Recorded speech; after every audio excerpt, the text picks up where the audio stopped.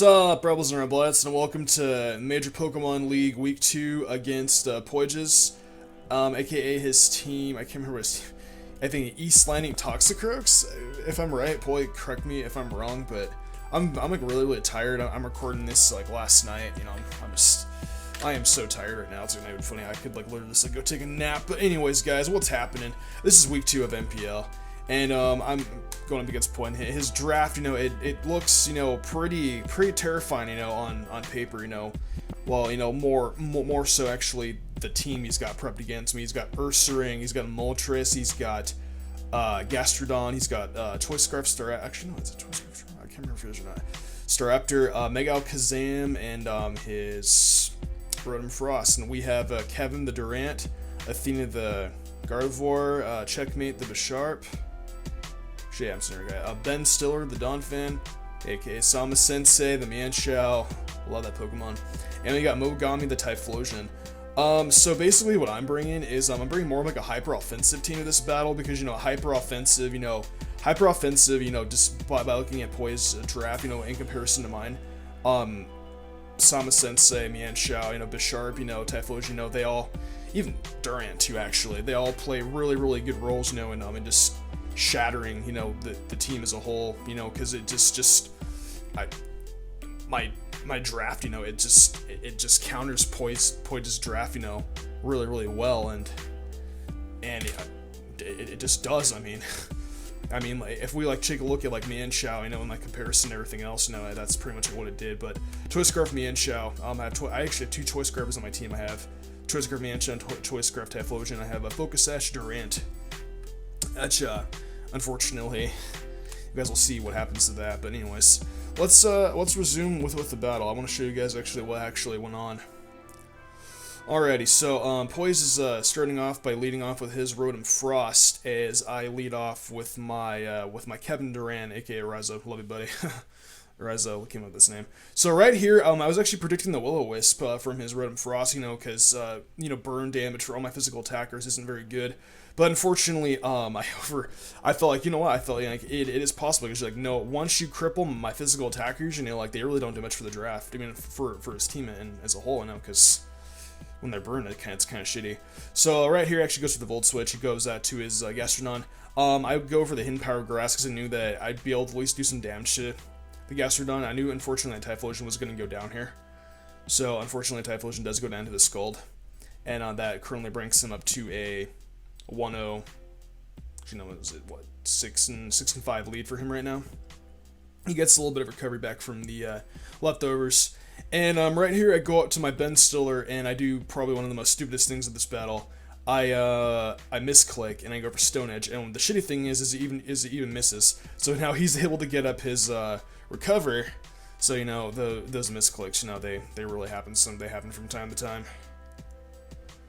And so, you know, he gets his HP recovery back. And so right here, I'm figuring, okay, I know I can take a Skull because I have Sturdy. So I'm able to get at my rocks, and you know, rocks are really, you know, they can make or break a game. So I was able to get at my rocks safely, and I take a lot of damage from the Skull. Almost brings me down.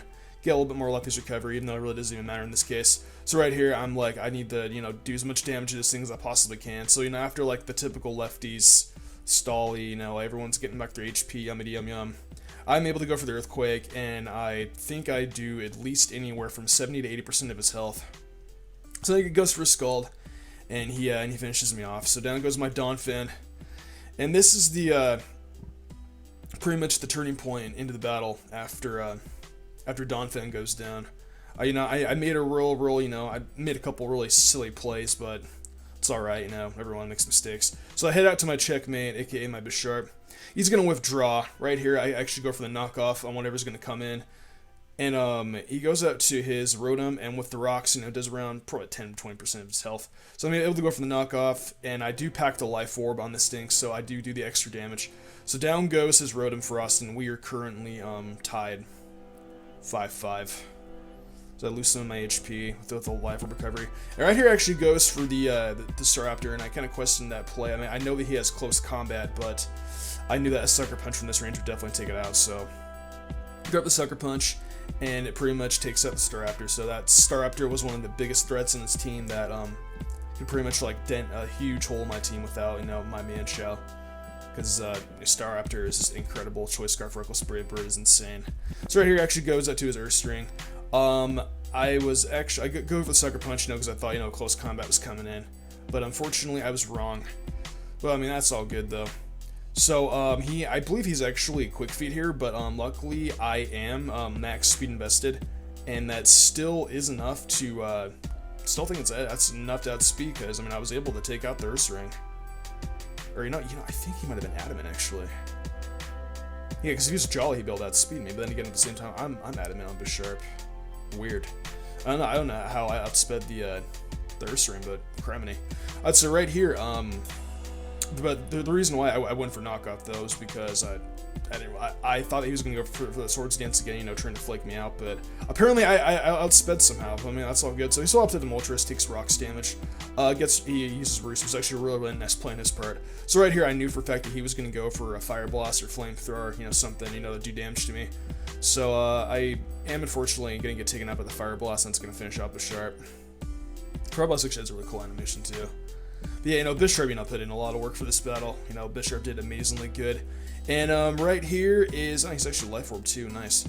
So I'm actually going to go out here into my Sama Sensei, and Sama's just going to come in here and just clean house. So Sama's going to go for the knockoff. Didn't want to go for High Jump Kick, you know, because I figured all his Pokemon were really, you know, the High Jump Kick was pointless because all his Pokemon were pretty much low health.